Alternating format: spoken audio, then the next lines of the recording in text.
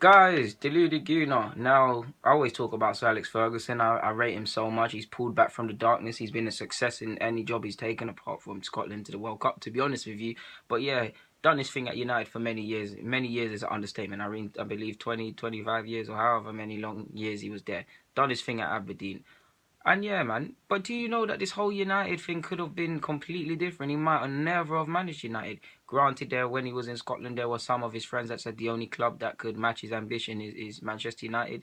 But both North London clubs wanted him. Firstly, let's talk about Arsenal. We wanted him to replace in 1986 Don Howe. At the time, he was coaching Scotland at the World Cup, and only a delay over the decision, by his own admission, is the only reason he's not a man. He's not the manager here. And as someone that likes Fergie, loves Fergie, I'm livid, man, because it probably wouldn't have been us. We don't have the money United have, but it would be nice if we had them 25 years and the treble and all them thing there.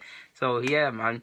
He said, by his own words, like I said, a delay over the decision is the reason why he's not the manager here. Like I just said, I keep going over the point. He was coaching at the World Cup. Obviously, naturally, you want to just be focused on that. You don't want to be dealing with other things because your uncertainty. Yes, it was different days, but your uncertainty could feed into the players, and he's human. Like there's only so much workload you can do. You don't want to be focusing about tactics, the pressure of a nation, and then trying to deal with the contract business. Yeah, you don't want to be doing that. But he planned to take Walter Smith, we know, the ex-Rangers and thing manager. He planned to take him as the assistant. He's previously his assistant. He planned to take him as the assistant. He was talking through Arsenal. Walter Smith liked Arsenal. Fergie was actually on it. And then Walter Smith dropped a bombshell that he's actually been offered and going to take the Rangers proposition. So that essentially is the reason why he's not at Arsenal. And he's also at Arsenal because he said Arsenal wanted an answer straight away and he couldn't provide that, obviously, because he was managing Scotland.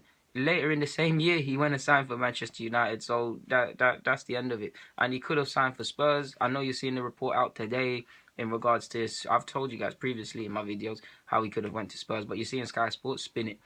Talk about their chairman. Yes, it is a fact. He could have been at Spurs, just like Rivaldo could have. 1980, we know he had Scottish League success. They wanted him in 1984. I believe the same year he won his cup against Real Madrid. They agreed allegedly for him to come. Apparently, the chairman, whatever his name is, ex-Spurs, said he was in talks time and time again with Ferguson. Made a big case of a gentleman's agreement with a handshake. Thought a handshake was good enough. In a nutshell, I don't know why. I still didn't exactly say why. Fergie got some sort of cold feet or something, or this was in 1984, guys. He somewhat got cold feet, or didn't reckon it was for him, or just this never happened. And then he won the league. He won the league, and 2 years later, you know, here's the story. He ended up at Manchester United. I thank God. I'm upset he didn't come to Arsenal, but I thank God.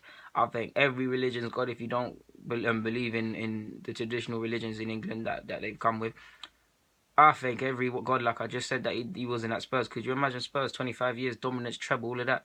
We'd be the little boys in North London.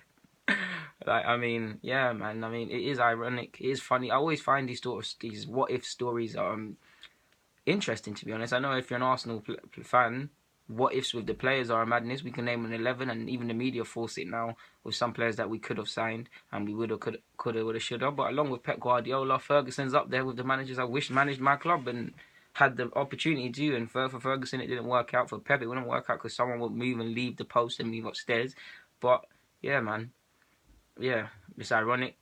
Basically, a delay over the decision is the reason why he's not an Arsenal manager, and not obeying his previous handshake is the reason he's not at Spurs. It's amazing, to be honest with you. But guys, deluded goon, I'm signing out. Just thought I'd bring that. To be honest, it seems to be the theme of today. So yeah, I thought I'd put my own little spin on things. Hope you've enjoyed it. If not, I'm sorry. I apologize. But deluded goon, I'm signing out, guys. Comment, subscribe. Yeah.